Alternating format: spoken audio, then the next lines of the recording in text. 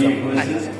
আর আপনাদের কাছে প্রত্যাশা করে যে এই অধিদপ্তরের সকল কর্মচারী আমরা ভাই ভাই আমরা যেন মিলেমিশে সবাই চলতে পারি। আজকের পর থেকে আর কোনো বিভেদ নেই, আমরা সবাই এখন একটা কথা মনে রাখবেন, এখানে যারা আমরা এখানে বসা আছি, দ্বিতীয় 14 শ্রেণী কর্মচারী আমরা বসা আছি, আমাদের অন্যায় অত্যাচার আমাদের উপরে অনেক কিছু হয়। আজকে দেখেন আমরা লড়াই করছি বেতনের জন্য, আমরা লড়াই করছি খাবার জন্য, আমরা লড়াই করছি পোশাকের জন্য, আমরা লড়াই করছি বাঁচার জন্য।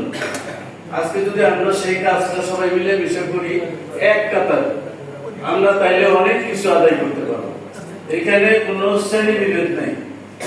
আমরা সামান্য বৈশাখ, আপনারা জানেন এখানে যারা পুরাতন আছেন সবাই চিনেন, আমাকে জানেন, বহু দাবিরাও আমরা এখানে আদায় করেছি। এই অফিসে অনেক মহানগরীতে অফিস ছিল, আপনাদের হেড অফিস, কত কিছু আমরা করেছি। আবুল কালাম ছিল, আজাদ ছিল, ওরা আমাদের সাথে সংগঠন করেছে, একসাথে করেছি। আজকে যাদেরকে দেখেছি অনেকেই আমার পরিচিত, অনেকেই দীর্ঘদিন যাবৎ এখানে আছেন।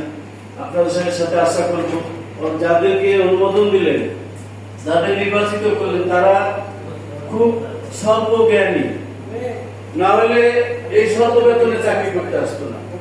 আপনারা একটু উচ্চ জায়গায় আছেন, ভালো জায়গায় আছেন, আপনারা ওদেরকে স্নেহ করবেন, মায়া করবেন এবং শাসন করতে পারবেন, কিন্তু শাসন করবেন না। আমার অনুরোধ এই যে আপনাদের যারা নির্বাচিত তারা তাদের সাথে বোঝাপড়া করে কাজ করবেন, শ্রদ্ধার সাথে সম্মানের সাথে কথা বলবেন, সবাই একসাথে আমরা চলি। আর আমার আরেকটা দাবি হলো, আজকে যে ঘোষণাটা হলো সমাজ স্বল্পতার কারণে আমরা এখানে আজকে সমাপ্ত করতে চাচ্ছি। আর একদিন আপনাদের অফিসে যিনি প্রধান আছেন তাকে নিয়ে আমরা সকল কর্মচারী ঐক্যবদ্ধ হয়ে আমরা একটা অভিষেক অনুষ্ঠান এখানে দেখতে চাই এবং এই অফিসের মঙ্গল কামনা করি। আমি আমার বক্তব্য আর দীর্ঘায়িত না করে আপনাদের সকলকে যারা কষ্ট করে এসেছেন, এই অনুষ্ঠানকে সফল করেছেন, আজকে তাদের সবাইকে ধন্যবাদ জানিয়ে আমি আমার বক্তব্য এখানে শেষ করছি। ধন্যবাদ সবাই।